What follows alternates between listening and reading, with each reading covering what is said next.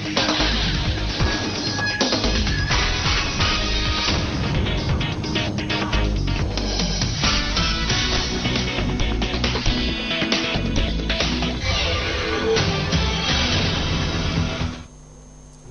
मैं हूं राजेंद्र देव और आप देख रहे हैं हमारा प्राइम टाइम शो, जिसमें आज हम बात करने वाले हैं पड़ोसी मुल्क पाकिस्तान पर। कमोबेश पिछले कुछ दिनों से लगातार पाकिस्तान हमारी चर्चाओं का केंद्र रहा है पूरे भारत में, और वजह रही लाइन ऑफ कंट्रोल पर पुंछ सेक्टर में की गई बर्बर हत्याएं भारतीय सैनिकों की। लेकिन आज विषय दूसरा है। पाकिस्तान में खलबली मची हुई है। एक मौलाना मार्च कर रहे हैं लाहौर से इस्लामाबाद की ओर। पॉलिटिकल पार्टी के एक लीडर और जाने माने पूर्व क्रिकेटर इमरान खान सरकार को चेतावनी दे रहे हैं।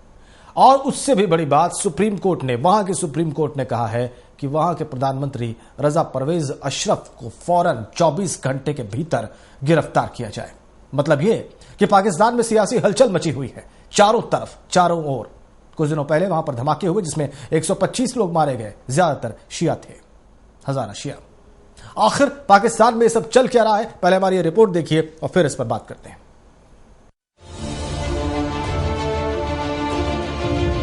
22 जून 2012 है जब गिलानी को सत्ता से बेदखल करके राजा परवेज अशरफ को पाक पीएम की कुर्सी पर विराजमान किया गया।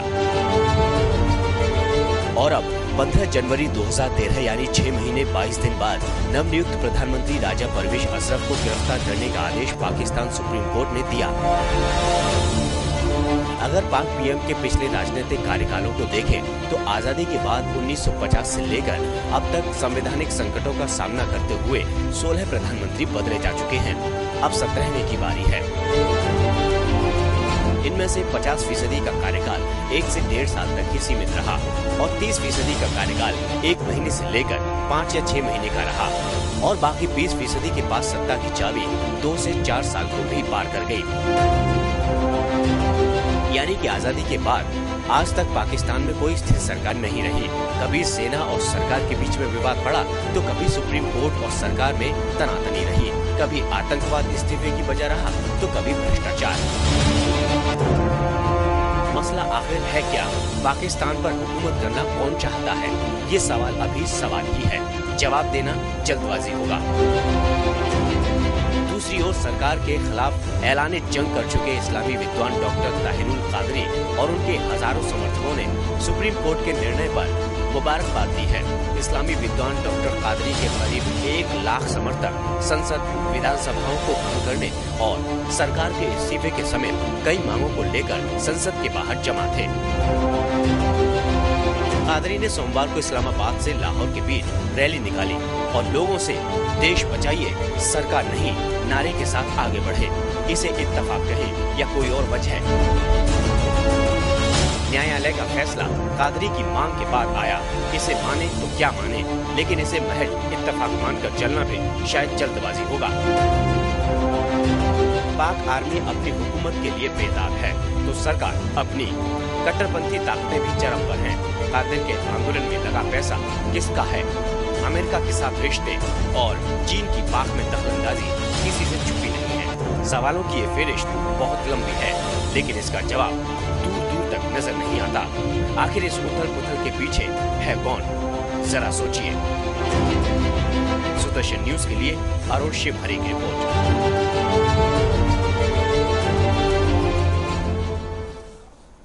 पाकिस्तान में एक बार फिर से सियासी संकट आ गया है। सवाल यह है कि बार बार पाकिस्तान में क्यों होता है? पाकिस्तान बार बार इस सियासी अंतर्कलह का शिकार क्यों होता है? वो कौन सी ताकतें हैं जो पाकिस्तान पर हुकूमत करना चाहती हैं? कौन है इन सब बातों के पीछे? आज हम इसी प्रश्न का उत्तर समझने की कोशिश करेंगे और इसके लिए हमारे पास कुछ खास मेहमान हमारे साथ हैं। प्रोफेसर अमरीश शर्मा, मंगलायतन विश्वविद्यालय में प्राध्यापक और राजनीतिक विश्लेषक। प्रोफेसर शर्मा, बहुत स्वागत आपका हमारे कार्यक्रम में। इसके अलावा मनोज, राजनीति इंडिया के संपादक और पत्रकार, आपका भी बहुत स्वागत मनोज जी। और इसके साथ फोन लाइन पर हमारे साथ जुड़े हुए हैं प्रोफेसर एच.के. सिंह, राजनीतिक विश्लेषक। Professor HK. सिंह के पास चूंकि फोन लाइन पर है, सबसे पहले जाता हूं मैं। Doctor HK. सिंह, मेरा सवाल बहुत सीधा है आपसे कि जो कुछ आज घटा है, चाहे वो सुप्रीम कोर्ट का ऑर्डर हो, चाहे वो कादरी का मार्च हो लाहौर से इस्लामाबाद तक, या फिर इमरान खान की प्रेस कॉन्फ्रेंस हो, या फिर कुछ दिनों पहले क्वेटा में सुसाइड बॉम्बिंग हो जिसमें शिया मुसलमानों की मौत हुई 100 से ज्यादा, इन सब के पीछे कौन है? देव, देखिए, सबसे बड़ी बात पाकिस्तान के हालात को अगर देखें जी तो हालात बहुत ही नाजुक बने हुए हैं पाकिस्तान में। जी जी। और इसमें आप देखें कि मिलिट्री का हमेशा पाकिस्तान में हालत को खराब करने में मिलिट्री का कहीं न कहीं सह रहा है जी। और अभी जो हालात बने हैं हाल के समय में जी, तो यह कहीं न कहीं इसके पीछे मिलिट्री तत्व भी हावी दिखाई दे रहा है जी। हालांकि सरकार के अंदर भी कुछ कमियां रही हैं, जैसे जो भ्रष्टाचार का मुद्दा रहा तो यह गहराता जा रहा है। पहले भी विवाद में रहे कयानी, अभी देखिए राष्ट्रपति इन वेटिंग है और कई वर्षों से वो कोशिश कर रहे हैं कि हुकूमत पर अपने आप को जमा पाए जी। पाकिस्तान के हुकूमत पर।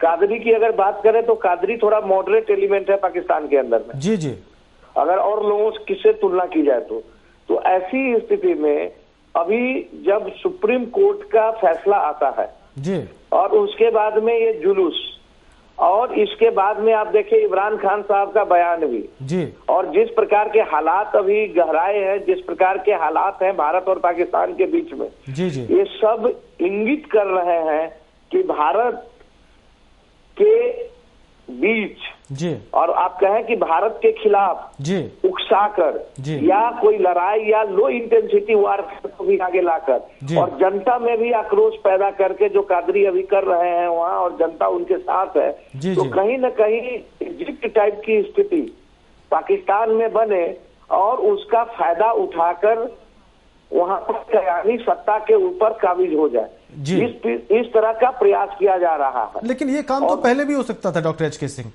क्यों अब क्यों? ये वजह क्या है? अभी क्यों? ये आर्मी कभी भी कर सकती थी। नहीं, आर्मी का वहाँ का अगर पाकिस्तान को आप देखें जी तो पाकिस्तान के हालात ऐसे रहे हैं जी कि पाकिस्तान में आर्मी बहुत लंबे समय तक शासन करती है।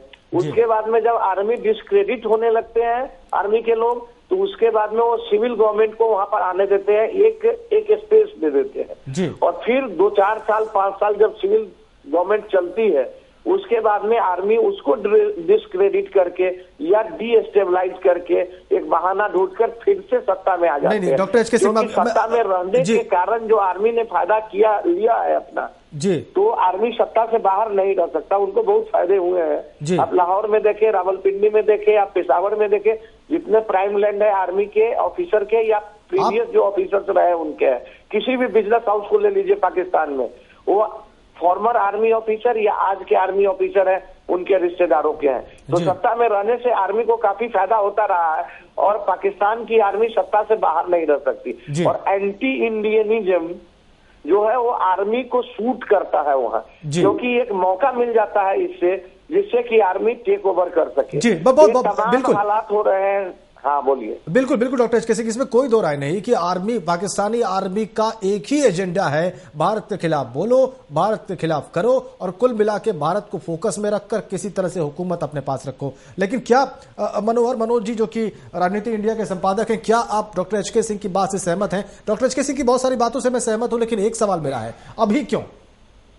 नहीं, देखिए, पाकिस्तान में चुनाव होना है और आर्मी बड़ा ही संशय में है कि ये जो सबसे जो लंबी ये डेमोक्रेटिक इलेक्टेड गवर्नमेंट का ड्यूरेशन रहा है, पहले वो 2 साल और 2.5 साल में उन्होंने गवर्नमेंट को टॉपल करने का काम किया और इस बार ये करीब ये 4 साल पूरा कर चुकी है ये गवर्नमेंट। तो किस तरीके की पोस्चरिंग की जाए कि लोगों का भी इस पर अविश्वास हो और मुझे लगता है कि सुप्रीम कोर्ट जो पाकिस्तान का है, देखिए ठीक है, लोकतंत्र में एक तरह से 3-4 इंस्टीट्यूशन मिलकर काम करते हैं और तीनों का आपस में अगर बिल्कुल सेपरेशन ऑफ पावर होता है तो एक दूसरे को चेक एंड बैलेंस करते हैं। लेकिन आप यह भी देखिए कि जो वो कादरी, जो कनाडा के जो इस्लामी विद्वान हैं, वो कहीं ना कहीं मुझे लगता है कि वो आर्मी के द्वारा ही प्रोजेक्ट किए जा रहे हैं।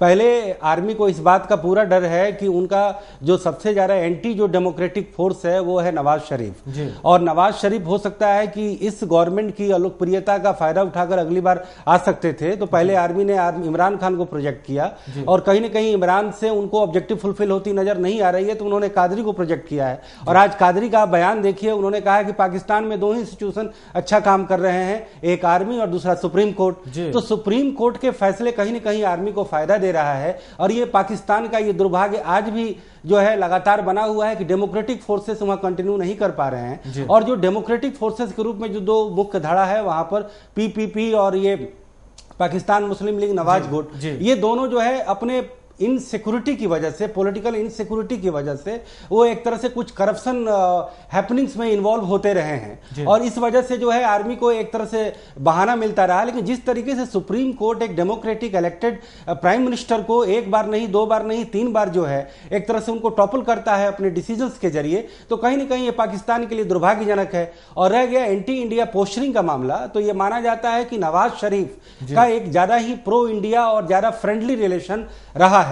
और नवाज शरीफ को किसी तरीके का मौका न दिया जाए तो आर्मी जो है जिस तरीके से भारत के सैनिकों के साथ जो वर्ताव किया और जिस तरीके से एंटी इंडिया फर्बर वहां फैलाने का काम किया, जिस तरीके से कादरी सीन पर आ रहे हैं, तो कुल मिला जुला करके पाकिस्तान एक पॉलिटिकल इनस्टेबिलिटी की ओर जाता दिख रहा है। और भारत के अगर संदर्भ में देखें तो ये कहीं ना कहीं वहां पर आर्मी का मजबूत होना भारत पाक संबंधों में जो है एक तरह से टकराव का ही और एक तरह से उसमें दरार करने का ही काम कर उसकी शुरुआत हो भी गई अभी जो हुआ है। प्रोफेसर अमरीश शर्मा जरूर कुछ कहना चाहेंगे इस विषय पर। प्रोफेसर अमरीश शर्मा, क्या ऐसा लगता है आपको कि जो कुछ हो रहा है ये हिंदुस्तान के हित में नहीं है? पहले तो मैं आपको जो आपने नाम सजेस्ट किया है पाक का बाप कौन, जी, इसके लिए बधाई देता हूं। जी जी, कि बहुत ही उपयुक्त प्रश्न आपने यहाँ पे उठाया है। जी जी, जहाँ तक मेरा मानना है पाक का बाप वाकई, जहाँ तक मेरी अपनी समझ काम करती है, पाक के 5 बाप हैं कम से कम। जी जी, पहला बाप तो अगर हम माने तो वहाँ की डेमोक्रेटिक गवर्नमेंट जो चुनी गई है। जी, दूसरा आर्मी वहाँ पे अपने आप में बाप है। तीसरा वहाँ पर अफगानी जो तालिबान हैं वो भी अपने आप में पाकिस्तान में बाप हैं। चौथे वहाँ के जो कट्टरपंथी हैं, चाहे वो आप कादरी साहब की बात करें, ये हैं। और सबसे इंपॉर्टेंट जो छिपा हुआ बाप है वो यूएस है वहां का। जी जी, तो ये जो 5 बाप उनके हमें नजर आते हैं, हो सकता है इससे अधिक भी शायद कुछ हो। जी जी, एक तो ये प्रश्न है, इसलिए वहां की गवर्नमेंट को हम कभी भी स्टेबल और ऐसी स्थिति में पिछले जब से आजादी हुई है तब से आज तक नहीं देख पा रहे हैं। जी, तो इसलिए यहाँ पे सबसे ज्यादा महत्वपूर्ण यह है कि हम उनकी जो अनस्टेबिलिटी है उस पर हमें भौचक्का या अचंभित होने की आवश्यकता बिल्कुल नहीं है।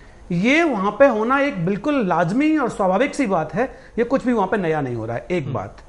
दूसरा प्रश्न ये है कि पाकिस्तान को इंडिया के अगेंस्ट कुछ करके पाकिस्तान क्या उन 5 बापों को कुछ बेनिफिट्स अपने अटेन करना चाहते हैं, चाहे वो पॉलिटिकल हो, चाहे आर्मी हो, चाहे जिहादी ग्रुप्स हैं वहां के कट्टरपंथी हैं, ये सभी कुछ न कुछ ऐसा अगेंस्ट टू इंडिया करके कुछ ऐसा माहौल पैदा करते हैं so that they become popularise, अवाम के बीच में थोड़ी सी अपनी जगह बन जाए। जी, और सो दैट कॉमन एक ही बात है, भारत के खिलाफ जहर रोक लो बस।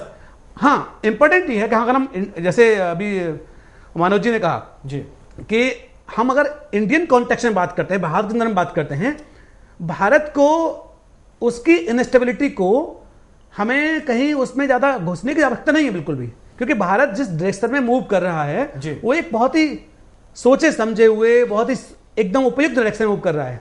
हमारे साथ कोई रेबलरी नहीं है पाकिस्तान की। जी, पाकिस्तान ठीक है एक डूबता हुआ या एक तरह से चिड़चिड़ा हुआ कोई वो है जानवर। आप एग्री करते हैं कि पाकिस्तान फेल्ड स्टेट है? हाँ, डेफिनेटली। प्रोफेसर एचके सिंह के पास वापस चलेंगे। डॉक्टर एचके सिंह, यहाँ पे प्रोफेसर अमरीश शर्मा कह रहे हैं कि 5 जो है वो बाप है पाकिस्तान के, मतलब 5 जो है वो ताकतों से गवर्न हो रहा है, कम से कम ये प्रमुख तौर पर है। अब मैं ये जानना चाहता हूं कि फिलहाल क्या आर्मी ही इन सब में सर्वश्रेष्ठ, सबसे बेहतरीन पोजीशन में है, या कट्टरपंथी तत्व और सुप्रीम कोर्ट की भी इस वक्त बहुत चल रही है वहां पे? देखिए, आर्मी तो है, कमांडिंग पोजीशन में आर्मी है, और पाकिस्तान की सिविल गवर्नमेंट जो है या सिविल सोसाइटी पाकिस्तान का कहे, वो आर्मी पर कंट्रोल करने की स्थिति में नहीं है। पाकिस्तान एक फ्रेजाइल स्टेट है। देखिए, किसी भी देश में शासन चलाने के लिए शासन का एक आधार होता है, लेकिन वहां पर आप देखिए एक पावर सेंटर होता है, लेकिन वहां पर एक तरफ जरदारी है, दूसरे तरफ कयानी है, तीसरे तरफ तालिबानी है, चौथे तरफ आप देखें अब सुप्रीम कोर्ट की भी पहले भी रहा है और अभी भी हस्तक्षेप हो रहा है। और इस प्रकार से आप देखें अब ये ग्रुप जो है, खास करके जो आप कहें कादरी ग्रुप है या ये भी आ रहे हैं, तो ऐसे हालात में तो जाहिर सी बात है आर्थिक स्थिति में अगर देखें तो पाकिस्तान चरमराई हुई है।